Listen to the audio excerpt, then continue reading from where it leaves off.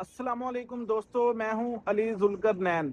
दोस्तों, हम सब जानते हैं कि 10 मुहर्रम को करबला का बहुत बड़ा वाक़या हुआ। इमाम हुसैन अलैहिस्सलाम और इनके साथी शहीद हो गए।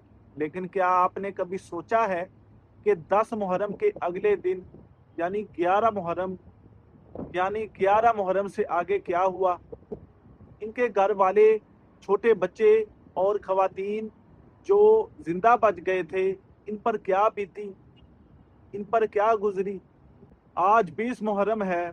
करबला के बाद इस लुटे हुए खानदान ने कितनी बड़ी तकलीफें उठाई, और ख़ास तौर पर इमाम हुसैन इस्लाम के बेटे हज़रत इमाम ज़ैनुल आबिदीन ने बीमार बीमार होने के बावजूद जुल्म के सामने खड़े होकर सच का साथ कैसे दिया।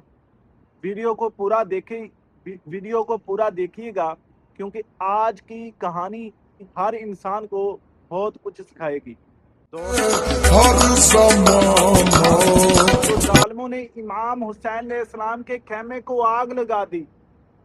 अगले ही दिन उन्होंने रसूलुल्लाह सल्लल्लाहु अलैहि वसल्लम के घराने की खवातीन के बच्चों और इमाम हुसैन अलैहिस्सलाम के बीमार बेटे इमाम ज़ैनुल आबिदीन को कैदी बना लिया। यहाँ मैं आपको बताता चलूँ कि इमाम ज़ैनुल आबिदीन वो अजीम हस्ती हैं जिन्हें अल्लाह ने इल्म और कायनात की सबसे बेहतरीन इखलाकी ताकत अता की थी।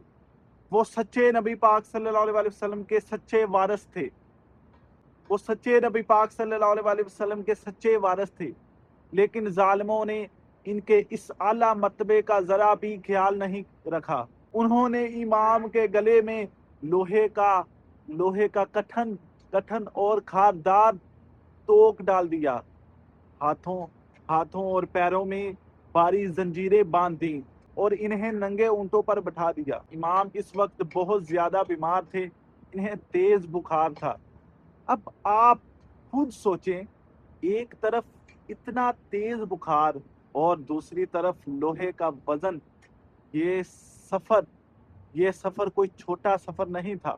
ये कूफे से लेकर दमिश्क तक, शाम तक का सैकड़ों मील का कठिन रास्ता था। तपती हुई धूप थी, प्यास थी, और सबसे बड़ा दुख ये था कि इनके मासूम बच्चों और खवातीन के आगे आगे इनके इनके शहीद होने वाले प्यारों के सर इनके शहीद होने वाले प्यारों के सर नेज़ों पर चल रहे थे। जब भी कोई छोटा बच्चा ऊंट से गिरता तो जालिम इन्हें प्यार से उठाने के बजाय कोरे मारते। लेकिन इस कठिन वक्त में इमाम ज़ैनुल आबिदीन ने अल्लाह का शुक्र अदा किया और सब्र का दामन नहीं छोड़ा।